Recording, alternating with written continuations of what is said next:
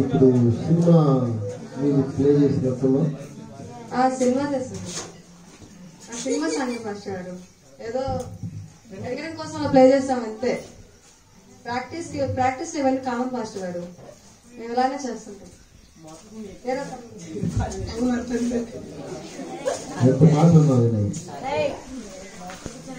మీరు మాట్లాడిన మాటకి నా హృదయం చాలా బాధపడుతూ ఉన్నాను.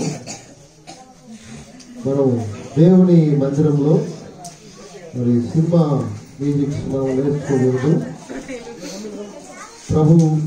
ప్రభు ఇచ్చిన సంగీతాన్ని మాత్రమే మనం ప్లే చేయాలి.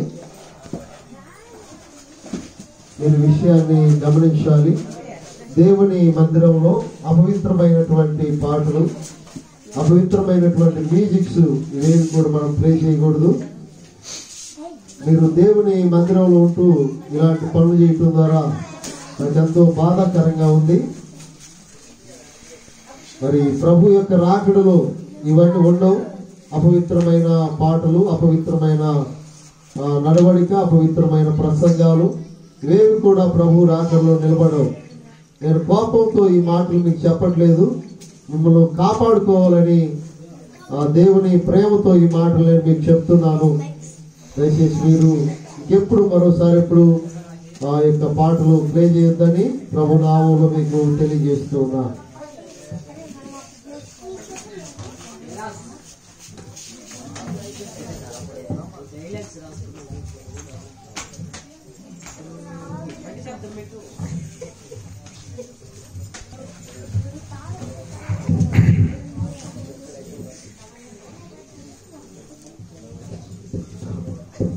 అన్నయ్య ఎక్కడికి వెళ్తున్నారు అన్నయ్య? చర్చికి టైం అవుతుంది, అయినా ఈ టైంలో ఎక్కడికి వెళ్తున్నారు?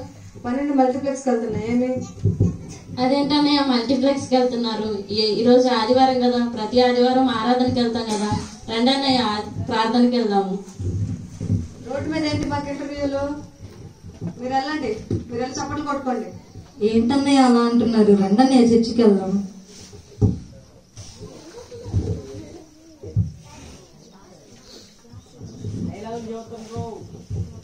మాస్టర్ గారు ఏదో మీద ఫింగరింగ్ కోసం అలా ప్లే చేసాం అంతే.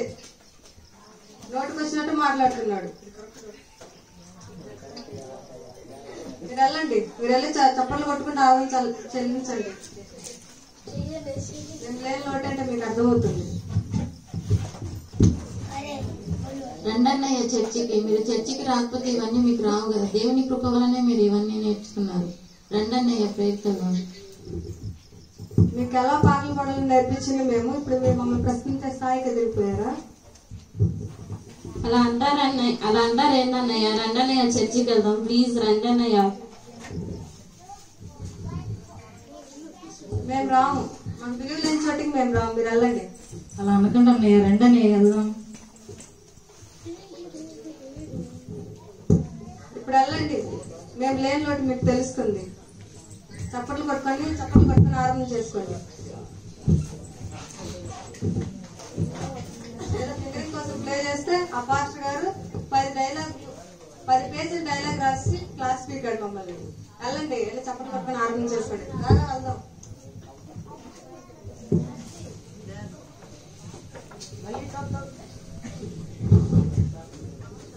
సమయంలో మనం ప్రభుని ఆరాధించుకుందాం. చప్పట్లు కొడుతూ ప్రభుని మహిమపరుచుకుందాం. అమ్మా మీరు పాడండి.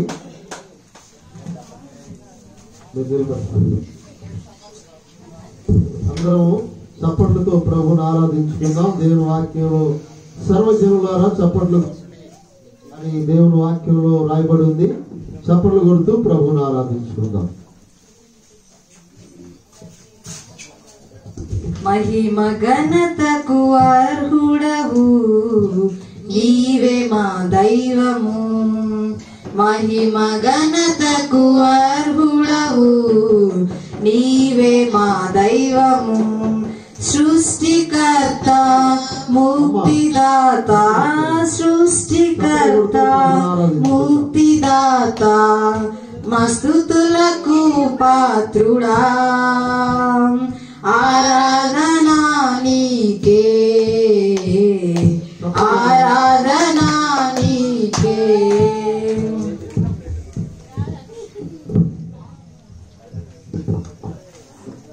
నా హృదయ ఆరాధన విని నా యందు దయ చూపించి నీ కోసం నేను బ్రతకాలని నీ పనిలో సాగాలని నాకెంతో ఆశగా ఉంది.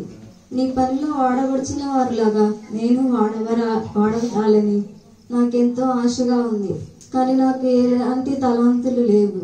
భూమి మీద ఉంటే నీ పని కొరకే దేవా, లేకపోతే నన్ను ఇక్కడి నుంచి నీ చెంతకు చేర్చుకో ప్రభువా. ఆమేన్.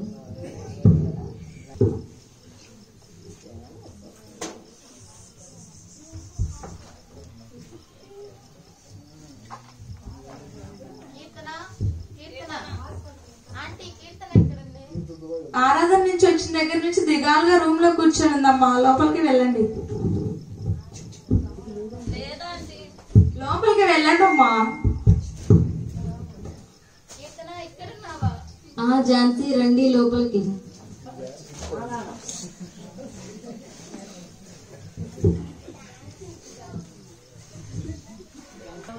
అదేం లేదు ఝాన్సీ.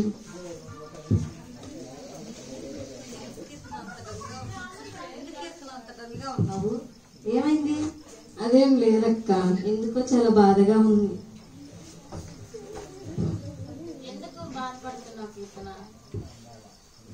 మీరు చక్కగా పాటలు పాడగలరు, వాక్యం చెప్పి అనేకులను బలపరచగలరు. నేను మాత్రం ఏ పని లేకుండా ఉన్నాను. ఎందుకు కీర్తన అంత బాధపడుతున్నావు? చక్కగా పాడగలిగితేనే కాదు కదా, దేవుడు నీకు మంచి తలంపు ఇచ్చాడు, నీకు పరిచర్య చేసే తలంపు ఇచ్చాడు కదా, ఇంకెందుకు బాధపడుతున్నావు? నాకెంతో దేవుని కొరకు పని చేయాలని వాడబడాలని ఆశగా ఉంది. కానీ ఎంత ఆశగా ఉన్నా ఆ పరిచర్య తప్ప మరి ఇంకేం చేయలేకపోతున్నాను. పరిచర్య కూడా దేవుడి గొప్ప వరం కీర్తన. దేవునికి ప్రార్థన చేయి.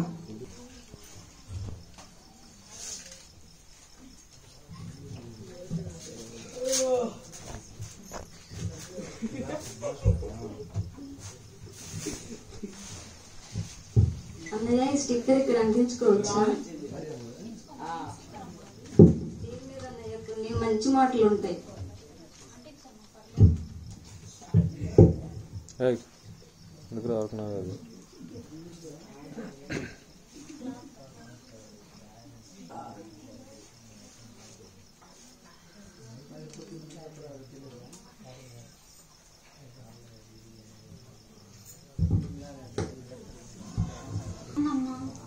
అన్నయ్య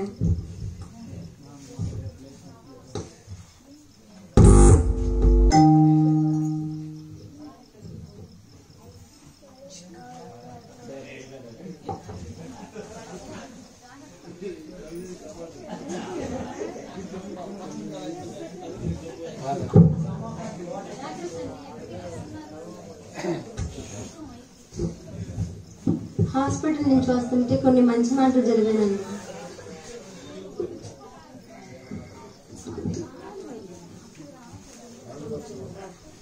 నీవు నీ జీవితంలో శూన్యమైన వ్యర్థమైన వాటి కొరకు ప్రయాసపడి చేతగాని వాడిలాగా మిగిలిపోయావు. ఇది నీ కొరకే. అతివేగం ప్రాణానికి ప్రమాదకరం, అతిశయం నీ బ్రతుకు ఆయాసకరం, దేవుని పట్ల అపనమ్మిక మానవ జీవితానికి అపాయకరం. ఇది తెలుసుకుని బ్రతకడమే శ్రేయస్కరం. దేవునికి స్తోత్రం. ఎంత బాగా రాశారండి, ఎవరు రాశారో కానీ.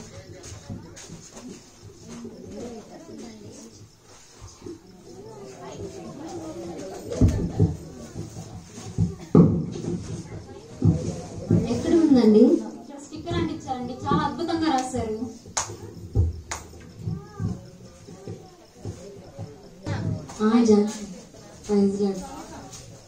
బాగున్నాను. చేసుకుంటాను. మీరు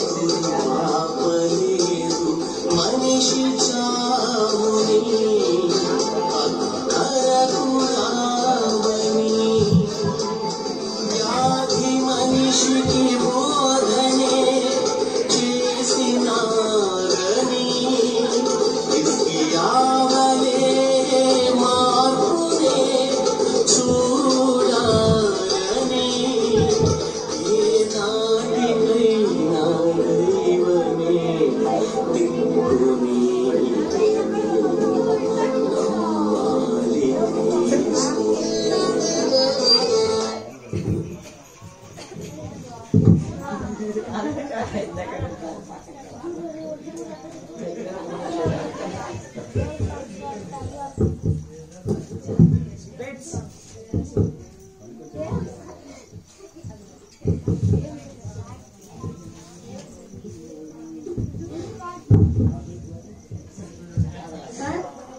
సింగర్ జాన్ గారు కదండి?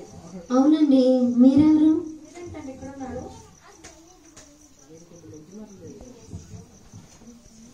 సినీ సింగర్ కదండి, మీరేంటి ఇక్కడ ఉన్నారు?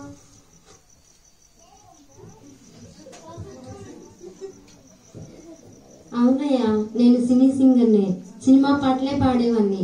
అందరూ ఎందుకు పనికిరాను అని హేళన చేసిన చోటే పాడే స్వరాన్ని వరంగా ఇచ్చింది. ప్రేమించిన సంఘాన్ని, ఆ స్వరాన్ని ఇచ్చిన దేవుణ్ణి విడిచి నా స్వరాన్ని బట్టి గర్వించిన దుష్టుడను బాబు నేను.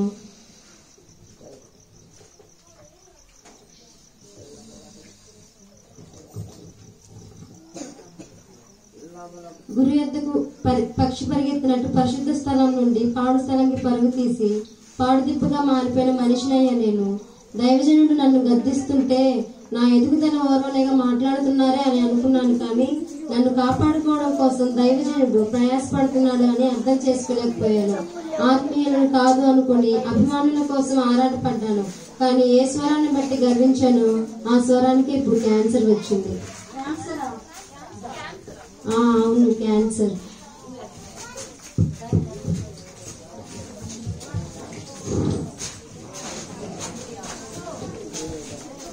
నేను హాస్పిటల్ నుంచి వస్తుంటే కొన్ని మంచి మాటలు విన్నానయ్యా.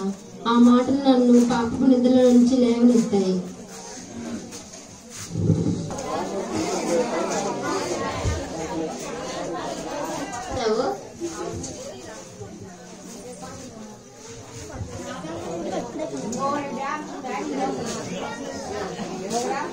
దేవుని నమ్ముకున్నా అన్నారు కదా, మరి దేవుని నమ్ముకున్నాను బాబు. సరే, మరి నేను వెళ్ళొస్తాను. విజయ్,